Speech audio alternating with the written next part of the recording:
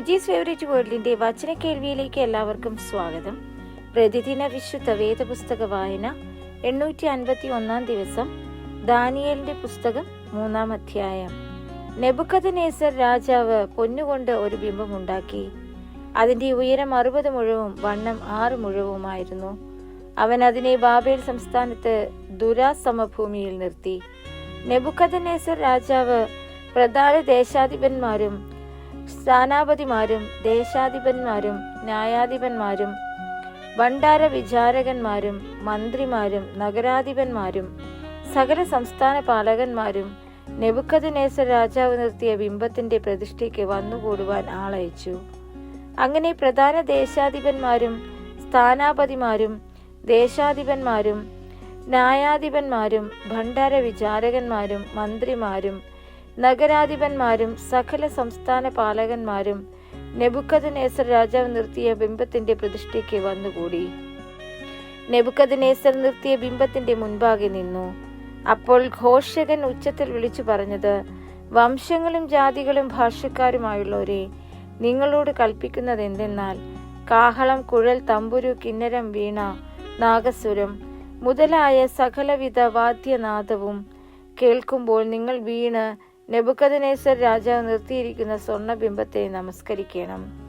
ആരെങ്കിലും വീണ് നമസ്കരിക്കാതെ ഇരുന്നാൽ അവനെ ആ നാഴികയിൽ തന്നെ എരിയുന്ന തീച്ചുളയിൽ ഇട്ടുകളയും.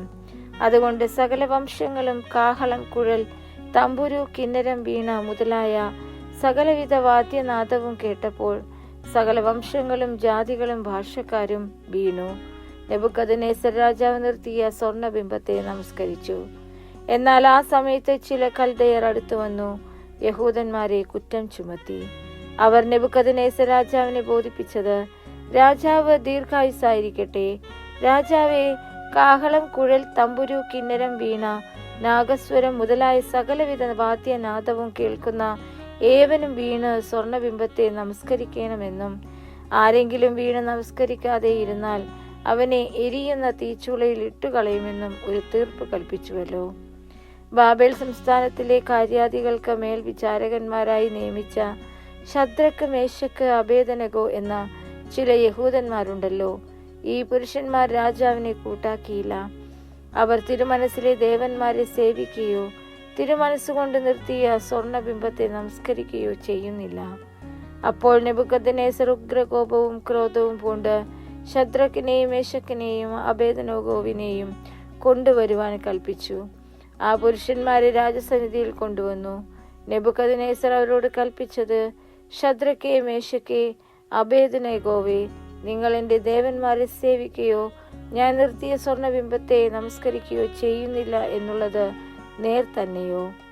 ഇപ്പോൾ കാഹളം, കുഴൽ, തമ്പുരു, കിന്നരം, വീണ, നാഗസ്വരം മുതലായ സകലവിധ വാദ്യനാദവും കേൾക്കുന്ന സമയത്ത് നിങ്ങൾ ഞാൻ പ്രതിഷ്ഠിച്ച ബിംബത്തെ വീണ് നമസ്കരിപ്പാൻ ഒരുങ്ങിയിരുന്നാൽ നന്ന്.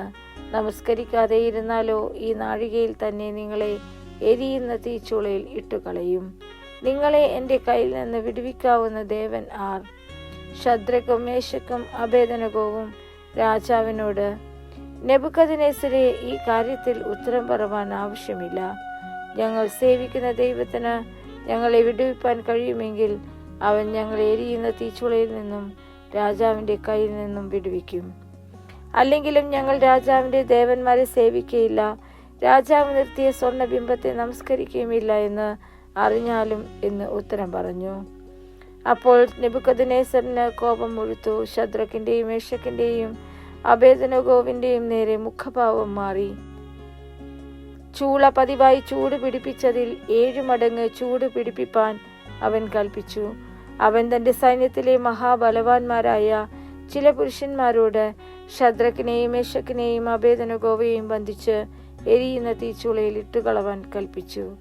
അങ്ങനെ അവർ ആ പുരുഷന്മാരെ അവരുടെ കാൽച്ചട്ട, കുപ്പായം, മേലാട മുതലായ വസ്ത്രങ്ങളോടുകൂടെ ബന്ധിച്ച് എരിയുന്ന തീച്ചുളയിൽ ഇട്ടുകളഞ്ഞു. രാജകൽപ്പന കർശനമായിരിക്കൊണ്ടും ചൂള അത്യന്തം ചൂടായിരിക്കൊണ്ടും ശദ്രക്കിനെയും മേശക്കിനെയും അബേദനഗോവയെയും എടുത്തുകൊണ്ടുപോയ പുരുഷന്മാരെ അഗ്നിജാല ദഹിപ്പിച്ചു കളഞ്ഞു. ശദ്രക്, മേശക്, അബേദനഗോ എന്നീ 3 പുരുഷന്മാരോ ബന്ധിക്കപ്പെട്ടവരായി എരിയുന്ന തീച്ചുളയിൽ വീണു.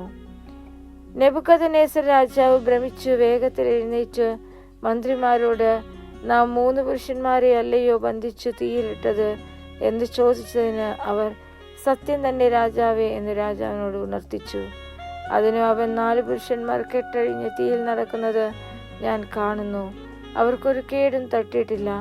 4-ാമത്തേവന്റെ രൂപം ഒരു ദൈവപുത്രനോട് ഒത്തിരിക്കുന്നു എന്ന് കൽപ്പിച്ചു. നെബൂഖദ്നേസർ എരിയുന്ന തീച്ചുളയുടെ വാതിൽക്കൽ അടുത്തു ചെന്നു. അത്യുന്നത ദൈവത്തിന്റെ ദാസന്മാരായ ശദ്രക്കെ, മേശക്കെ, അബേദ്നെഗോവേ, പുറത്തു വരുവിൻ എന്ന് കൽപ്പിച്ചു. അങ്ങനെ ശദ്രക്കും മേശക്കും അബേദ്നെഗോവും തീയിൽ നിന്ന് പുറത്തു വന്നു.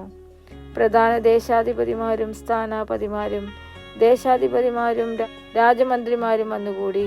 ആ പുരുഷന്മാരുടെ ദേഹത്തിന് തീ പിടിക്കാതെയും അവരുടെ തലമുടി കരിയാതെയും കാൽച്ചട്ടയ്ക്ക് കേടുപറ്റാതെയും അവർക്ക് തീയുടെ മണം പോലും തട്ടാതെയും ഇരുന്നത് കണ്ടു.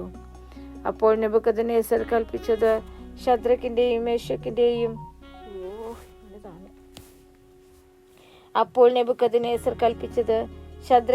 മേശക്കിന്റെയും അബേദ്നെഗോവിന്റെയും ദൈവം വാഴ്ത്തപ്പെട്ടവൻ.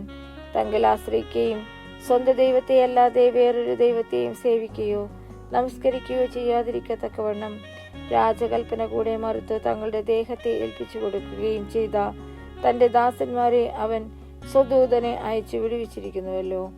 ഈ വിധത്തിൽ വിടുവിപ്പാൻ കഴിയുന്ന മറ്റൊരു ദൈവവും ഇല്ലായക കൊണ്ട് ഏതു ജാതിക്കാരിലും വംശക്കാരിലും ഭാഷക്കാരിലും ആരെങ്കിലും ശദ്രക്കിന്റെയും മേശക്കിന്റെയും അബേദ്നെഗോവിന്റെയും ദൈവത്തിന് വിരോധമായി വല്ല തെറ്റും പറഞ്ഞാൽ അവനെ കഷണം കഷണമായി ശകലിക്കുകയും അവന്റെ വീട് കുപ്പക്കുന്നാക്കുകയും ചെയ്യുമെന്ന് ഞാനൊരു വിധി കൽപ്പിക്കുന്നു.